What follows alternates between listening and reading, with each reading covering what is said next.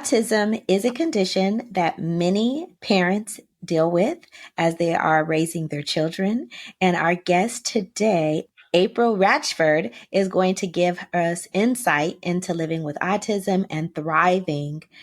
Even though some people may think it's a limitation, she's going to tell you how to really get the best life possible for your child. Stick around for this episode. You don't want to miss it. Like and subscribe. Hi, thank you so much for joining the Falling for Learning podcast. We have this podcast to help parents and caregivers with having the resources, strategies, and tools needed to make sure that their children are on track for learning and to stay on track for success. Thank you so much for joining us today, April Ratchford. How are you doing? Good. Thank you so much for having me. I appreciate it. Well, so we always ask our guests, very first thing is, what is that thing that made you fall in love with learning? I'm going to say it was my own kiddo. I went back to school at 35 to become an occupational therapist for him. Okay. We found out he was autistic. Okay. And at the time, I was going back for my BSN in nursing. And when we found out, definitely he had autism, I switched my major and went straight through 7 years to get my master's in occupational therapy. So you were going back. Did you already have your bachelor's before, or you didn't have your bachelor's? I didn't. I was a licensed practical nurse. And the one thing I always promised my late mother is she said, I know you have your licensed practical nursing degree, which she put me through school for. She said, but I don't want you to stop. Please go get your degree. And I did. I went back and I got my bachelor's and master's. And you really had that why when you found out that your son had, autism. Yes. And that really spurred you to keep moving, not even just bachelor's, just moving through to get your master's. Okay. Yeah. Yep. Wonderful. Okay. So what about, as you were learning and really, going through your studies, what really helped to push you forward as you were moving, and what made it so interesting besides, of course, your son had it, but what other parts of it that was really compelling for you? The fact that it's so different from what people really think. Like when people think autism, they automatically think that all children are just on the spectrum and they can't do anything. Whereas my son was very, very functional, very social, very outgoing. And they're like, he can't have autism. And I was like, well, he does. He didn't speak until he was about 2.5. Okay. He was lining up his toys. He did all the things, but he was very, very emotional. He wanted hugs, very outgoing, very bright. And so my sister, who is also an occupational therapist, she was one before I became one. She looked at me and she was like, she pegged him at 2. And she was like, he's got autism. I was like, oh, no, he doesn't lie.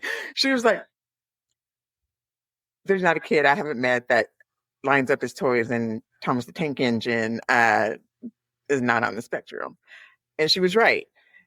And now that we've gone down the road and know more about it in 2025 versus way back in 2004, we know that being African American, those children present different than their Caucasian peers.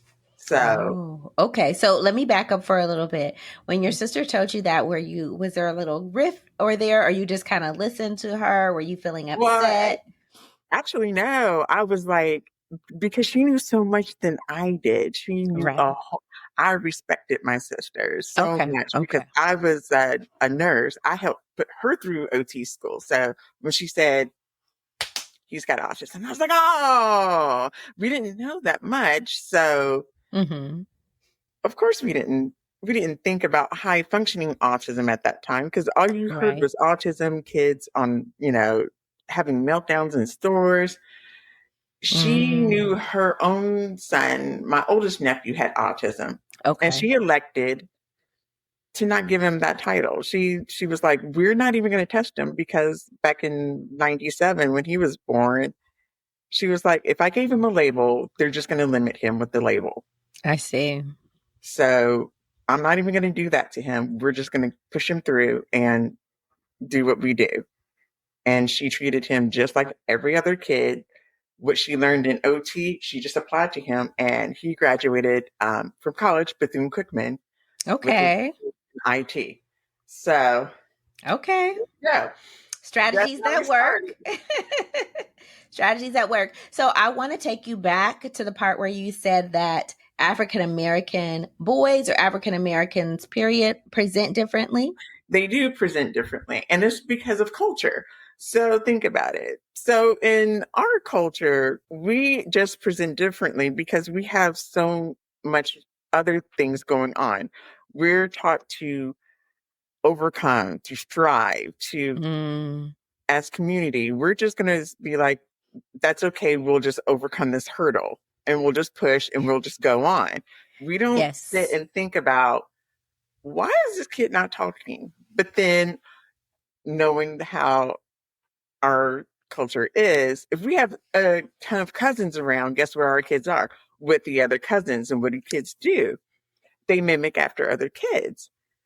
That's why I'm Yeah. late diagnosed autistic. Why we Okay. didn't catch it? I had a cousin same age as I was. I just mimicked after her. I didn't speak I until I was see. 2.5, but no one caught it because I had somebody else I could mimic exactly off. So that's how that works. And we don't know until you look back and you're like, this is why I was so quiet. This is why I'm awkward. This is why social things don't work for me or I melt down. And same thing for boys. Or, in certain situations, and it's unfortunate, and we're still fighting this. Like, Hmm. we all know that oftentimes we're misdiagnosed. Boys get Yes. oppositional defiance disorder. Yes. Um, a lot of anxiety. Oh, they have ADHD. Well, how do you know?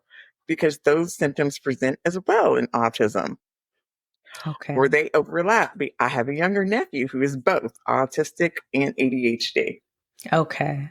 So, Okay, so what do you recommend? Because you were saying your sister with back in '97, as he was growing up, she was like, "I'm not going to put on the label. I am though educated and trained, so I'm going to really support him on my own." How would you go about that now? Are you saying it's better to go ahead and get the label, or depends on your give us information? so if you have younger kids and Hmm. you're like, okay, what do I do now? It's 2025. Testing is better. It's not that autism didn't exist. It's just that nothing was ever caught Yeah. because testing wasn't that great. Right. And if you know, you know. Parents know there's something awkward with their kid. Yes. You know. And I'm I'm not going to tell you that there are not therapists out there that won't gaslight you and make you think you're nuts. Yeah. Because the first time I took my kid to be tested at 7, they were like, "Oh, that's just anxiety." And I'm looking at them and I'm like, "What does a 6-year-old have to be anxious about? He's 6. You don't think that's awkward?" I'm So what like, I'm so what I'm hearing is advocate, and you can get them to have them get tested, but you have to also vet your sources, right? Like if right. it doesn't sound right, if they get a second opinion, um and they Trust might be your gut. misdiagnosing them, right? They might say, "Oh, this is just anxiety, this is just ADHD." So it sounds like, you know, in the multitude of Right. counselors, there's Multitude. safety. You're Yeah. multitude. Trust your gut. If you have that ping and somebody is dismissing you, smile at the nice people and leave. You don't Yeah. have to argue. There are lots of resources out there. If you can't find it in your community, you can come online. Like if you can, I will find it for you. If you Mm, can't find it, I will find somebody, I will talk to my sibling. We will find online resources for you. Okay. You don't have to feel like you're alone. There are communities out there that are big supports. And now that it's known, more research, especially in Black communities, now they're popping up to support one another because Okay. you don't have to face it alone. So, parents, if you know your kid is not quite, you know, there's something not quite right, you don't have to trust your pediatrician. If they're dismissing you, that means you take your kid somewhere else Okay. and don't feel guilty. Okay. So one thing that you were talking about, it's when you said when you fell in love with learning, it was when you decided to go back to school. So as a kid with autism that you were saying you found out later that you were autistic, what were some challenges that, in your learning journey? So if I didn't like it, I would zone completely out. And I noticed that in my master's program. And I had a best friend. She was like, I don't understand why you're having so much trouble in A&P. You can do this right with me. But if I had a 3 hour test, my attention span is gone after 1 hour. I'm like, that's a lot.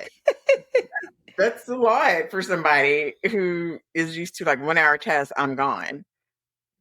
So I knew there was a problem. So I had a professor send me over to the psych department and they were like, hey, you might be ADHD or ADD. And I was like, are you sure? I don't feel hyperactive.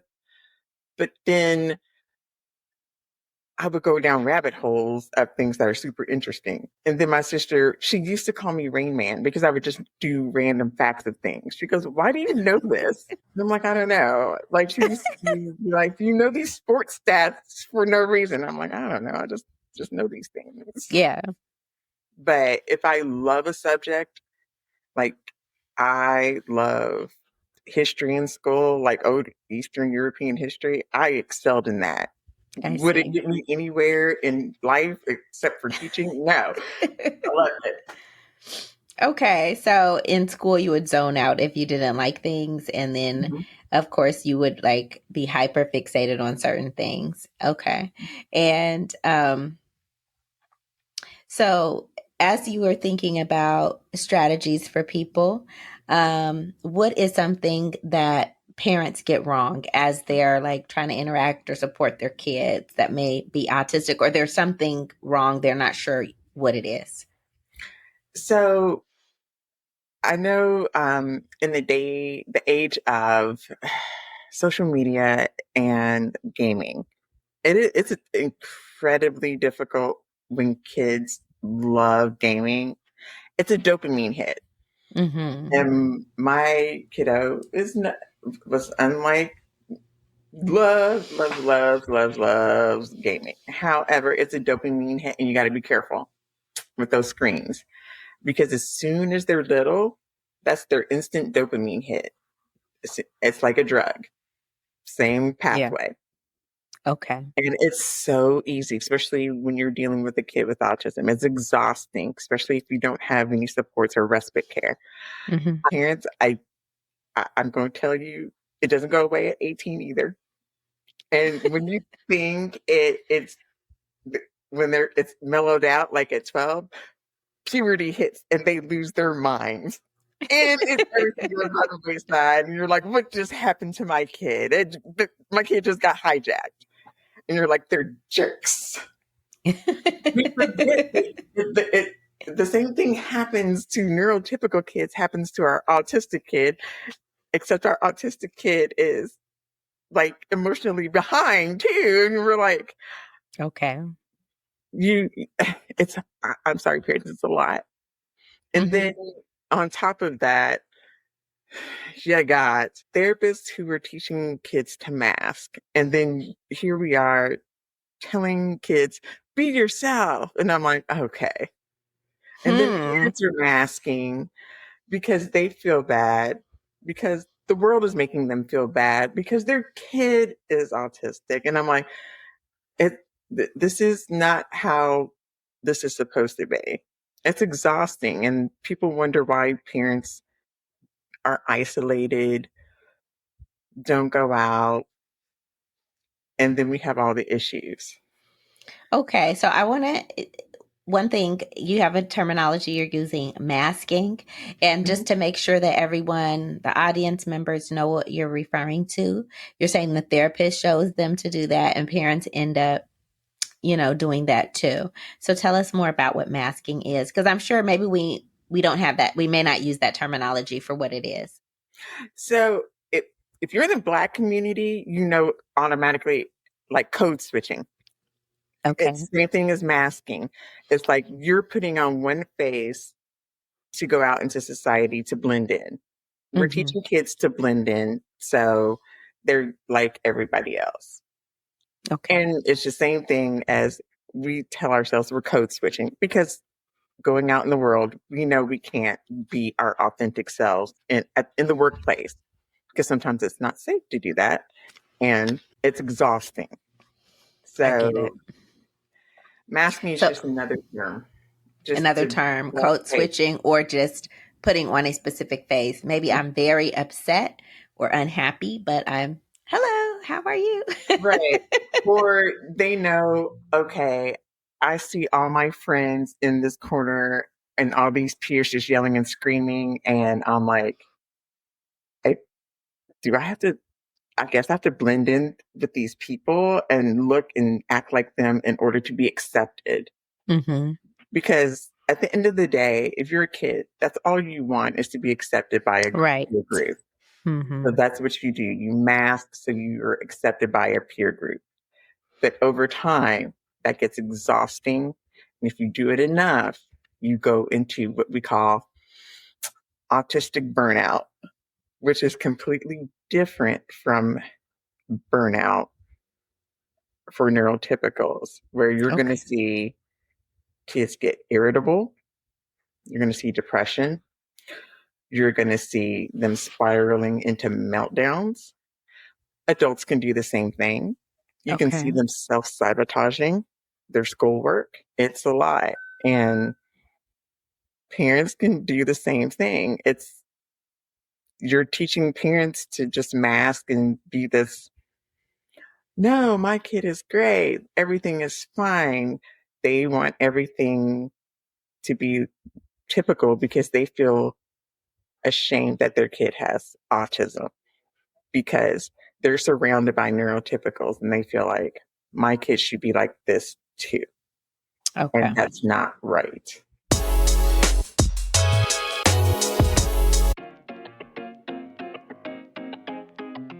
The Rewrite Method and the Rewrite Method Workbook are your go-to resource for helping kids to learn to fall in love with writing. It has the tips, tools, resources, strategies, and skill building activities to help kids fall out of writing hate and into loving to write. Get your book set today.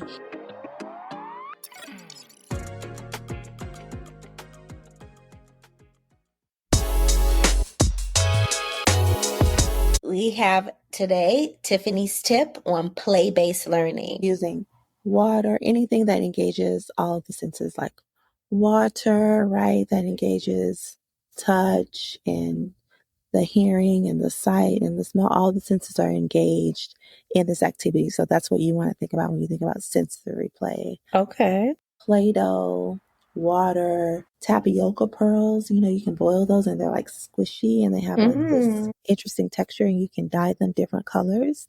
So that's Okay. really cool for, younger kids and bigger kids too. I mean, hey, it doesn't have to be an age limit. But having them do things that also help build their fine motor skills, like um, for example, filling and pouring different vessels is a great way to engage those skills. With sensory play, Play-Doh rolling and cutting, they have little cutters and just engaging in all those kinds of activities like that. And then, of course, like building blocks is a great way to work on all kinds of math, colors, thinking about like um, learning about like dimension as well with the blocks and um, maybe building a town or a home or, we can go on and on, with blocks, whether it be Legos or wooden blocks or plastic blocks, whatever. I think you said magnet tiles. Are those the Oh, same? yeah. Magnetiles are so cool because they're like these translucent, colored tile like blocks, and they Hmm. have magnets on the sides. And so they stay together when you build your structure. You can put things inside them. You can even make like those like marble run type structures where you have different levels, and you can put balls or cars and they can roll Oh, down and around. okay. It's cool. Since they're translucent, you use them on light tables or with flashlights or little I like to use those little candles, the little battery operated tea light Oh, yes, yes, candles. Put yes. those in and kind of light up your house. Now that we're hearing, okay, get your child assessed, you know, find out a second opinion if things aren't feeling right. So let's talk a little bit about like what that treatment is like, or because you're saying masking is something that a therapist might show. Would you move away from that therapist if they're showing them to mask, or like what are we thinking? I This is my personal opinion, and every parent is different.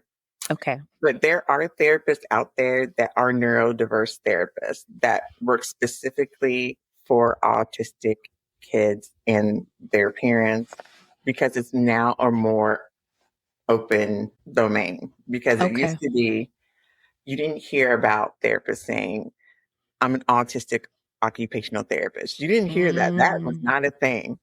So you okay. can find that. You want to find a therapist that understands, hey, I know what it's like to be X, Y, and Z.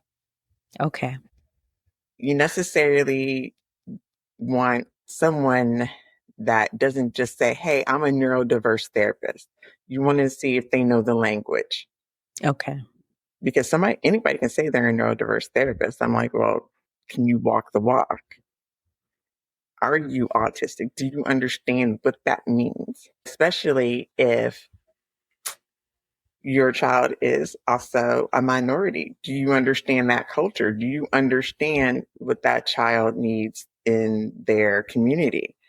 Hmm. Because that's going to be a whole new aspect as well. Can you give me an example that where a therapist who may be not diverse or of color is not maybe misunderstand or may not know to support with? Um, you may therapists may assume that it's a two-parent household and say, okay, well, mom, can you do all these listed things? And mom is a single parent household with two other kids. And how do you know that mom doesn't have two or three jobs? Did you ask mom, hey, mom, what can I do for you that makes this doable? Yeah. Instead of giving them a laundry list of things that you can do. That's a good point, right? Because we know that, social economically, because of historic, racism and, The systemic. that we just don't having that the money is not right, the assets or the Mhm. money is not there, so you're living closer to the poverty line. Even if you may be college educated or something, you still may need to work several jobs, or Mhm. yeah, there's a lot of things there. Yeah, people may not know and they might just assume. Right. That's a good point. That's good. Because Yeah. people look at me, they're like, oh, you're an occupational therapist. Yeah, and so what? I'm still paying off school loans. I pay for my son's college education. What makes you think I'm rolling in money? Yeah. You're assuming. Don't assume that my story is just this butterflies and rainbows and sunshine. That's not how my world works. Ask me. Yes. So maybe the assumption. Yes. I've heard assumptions like that a lot where people are like, yeah, just have your dad pay for your college. Just have your, and it's like, you don't understand what's going on in my world, obviously. Exactly. You don't see understand where I come from, do you? All you have to do is take that couple of weeks off or whatever, whatever it is, they just assume. Yeah, very good. So, as people are worried, wondering if their child will be diagnosed or waiting for the assessment or the appointment or whatever, where are some places to go, um, you know, to seek help? You can go to, and I'm not going to lie, because if you're on state welfare systems like Medicaid, and every state is different, Yeah. that list of therapists can be a long list. But usually, you can find sliding scale places now that Okay. the online, because due to COVID, lots of places have popped up online. You can find sliding scale. Um, the great thing about that as well, you don't necessarily always need a therapist. There are great coaches, Mm, neurodiverse coaches, and parents don't think of that. They also do sliding scale. nice. And even with teenagers, like sometimes teenagers don't do well with therapists because they're stubborn. They may do better with a coach, somebody that gives them goals and says, hey, what is it that you want for your life? Because for whatever reason, teenagers are not going to really talk to you and think you are crazy.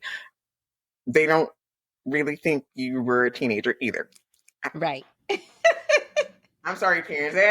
I promise you, I You lived came it, into the world old.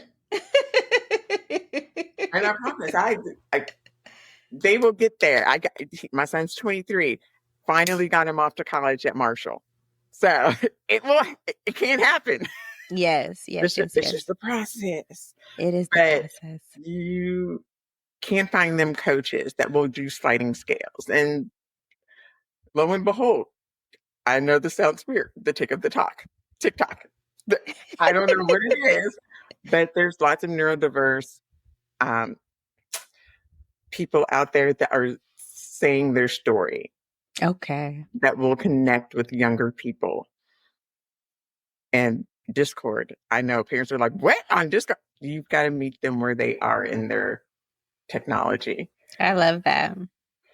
So, so many gems, right? So you can go to the tick of the talk, as you call it. No. I'm a Gen Xer, the tick of the talk. That so TikTok, there's people you can find. You could have coaches, not just therapists. Um, there are a lot of online. I mean, that really changed things for me. It just made things much more convenient Mhm. to have people that you could just access online rather than going. I live in the LA area, so traffic and work and all of Listen, that. that's why I tell people like sometimes your area, because I live in Kentucky, it sucks. So if especially down south where healthcare is not as great and you're not near your resources, Mhm. coaches, you can find them globally. That's If they're wonderful. coach and if they're specialized, you can find them and they're neurodiverse and it's helpful.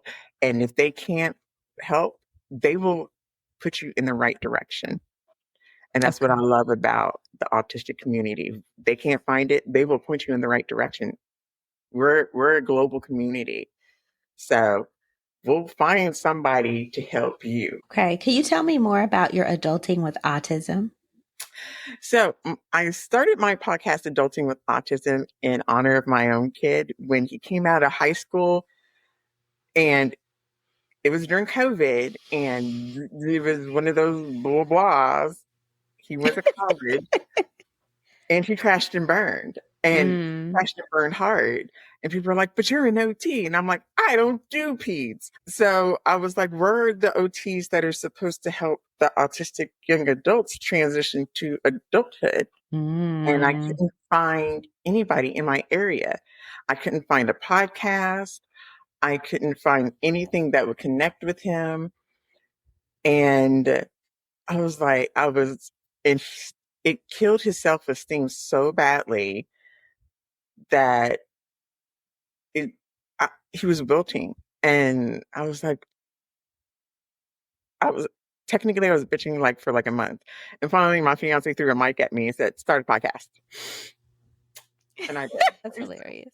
Yeah, listen, I'm not a Be people. the change. Right. I'm like, I was looking for another OT to be the change. I'm like, I'm not trying to be the change. That's not what I do. And here I am, like January 1st, 2026. I'm going on my third season. So, Absolutely. Yay. Wonderful. We're in our third season now of the Falling for Learning podcast. Yeah. I so started out of a need as well, right? We really wanted to make sure we can fill in any gaps for parents and educators as their children are maturing and there's changes happening. Yeah, so schools, and of course, kids during adolescence change schools. They go to middle school, they go to high school, and then there's sometimes this gap in information. So it's just a place to talk about resources, strategies, and a broad range of things, right? Because there's so many, you never know what your kid needs. So we talk about all the different things and changes and how to get those resources, how to notice what's happening with your kid. So yeah. So nice. So tell us, so Adulting with Autism, where could we get your show? everywhere there's a platform, there's my show. I'm actually on YouTube as well, so you can see me on video if you choose to want to see this madness. I'm also, yeah, if you want to see the madness, I'm also on an Indian platform as well. So if you're in India, I'm there too. All right Um, now. I try to fill the gaps for that transition from high school to adulthood because there's nothing there. Because you still need help mental health. You still need help for their independence. They're going to need help job hunting because it's still an 80% unemployment rate, and there shouldn't be. Parents are still going to need help transitioning because parents, I'm going to tell you, when they turn 18, they know they're adults. And you cannot tell them what to do because they're grown now. Oh my God, that's a battle because that's going to be your biggest battle because they're going to have the maturity of a 15-year-old and an 18-year-old body, and you're going to want to punch them in the face, and you can't. So it's big changes, and nobody tells parents about these changes because you're going to have to switch it over to be a consultant, and parents don't get the, oh crap, they're adults. What do No, we do from here? I had a problem being a consultant instead of a mom myself as my daughter was going into adulthood. So I definitely had some challenges myself. You could just, you know exactly what they can do. You could give them turn by turn success. And if they just did exactly what you tell them to do, you know. It would be so much easier. But then you have to But you look are at not in yourself. control. You are Right. not steering. You do not have the steering wheel. And parents, you gotta look at yourself and be like, did you listen to your parents? And you're like, Yes. absolutely not. You didn't. But I It's want to their tell your turn. parents that they do get there, but you have to meet them where they are. And you have to have that real conversation of sit them down and say, what do you want to do? And you can't just shove them into college. That's not going to work. You actually have to sit them down, see where they really are and where they want to go and Yeah. what's realistic. And they will tell you. and understand, yeah, when they hit 18, they're still going to have autism and they're still going to be behind their peers and their brains aren't going to fully develop till 25. So that means their maturity still is 18. They may catch up at 30, mature wise. Okay. So don't sit there and compare yourself to their neurotypical peers. Don't. Yeah.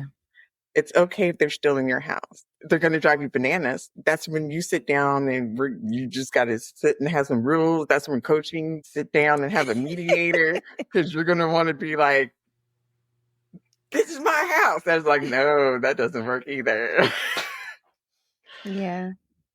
But it works because a lot of people ask, they're like, well, how's your son? I'm like, he is now a Marshall University freshman in his first semester, computer science emphasis on video game design, taking 14 hours and holding his own. All right. So if this gives you any hope, he's in his AutoCAD class. He's the only freshman out of juniors and seniors. All right. So it can happen. Does he call me a lot? Absolutely. He will still need guidance, but it's not like he's leaning on me. He just says, hey, I just need a little bit of guidance. Where do I go? Because he knew I went to college. I just tell him, hey, you might need this office. He's like, great, bye, click, and off he goes. You might need this office, and then he'll go. That's cute. That's good. That is really shows that you are not, you shifted a consultant. I like that. That's great. I'm just consultant. I just pay just send me the money emails. That's it. I'm just going to tell you parents, like, it's going to be rough going until they get their rhythm because organization is not going to come naturally to them. You just have to let them figure it out, and they will figure it out. Does it look bananas? Yes. I didn't go back to college until I was like 29 and I failed out 5 times. I eventually figured it out. Yeah. So it does happen, but they have to want it. You can't want it for them. And it's okay if they just want jobs. Mm-hmm. They can still live independent, productive lives and be happy. That's great. Well, thank you so much for joining us today. I'm sure that our audience got so much value from your experience and your insights. Please like, subscribe, and check out April Ratchford's Adulting with Autism podcast. They're going into their 3rd season soon in a few months. And I'm sure you're going to find a lot of strategies, resources, and a place that, you could have some in common experiences as well, right?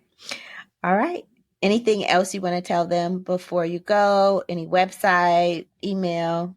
If you go on my link tree /adulting with autism, it has all my socials. If you email me or DM me, I'll get to you.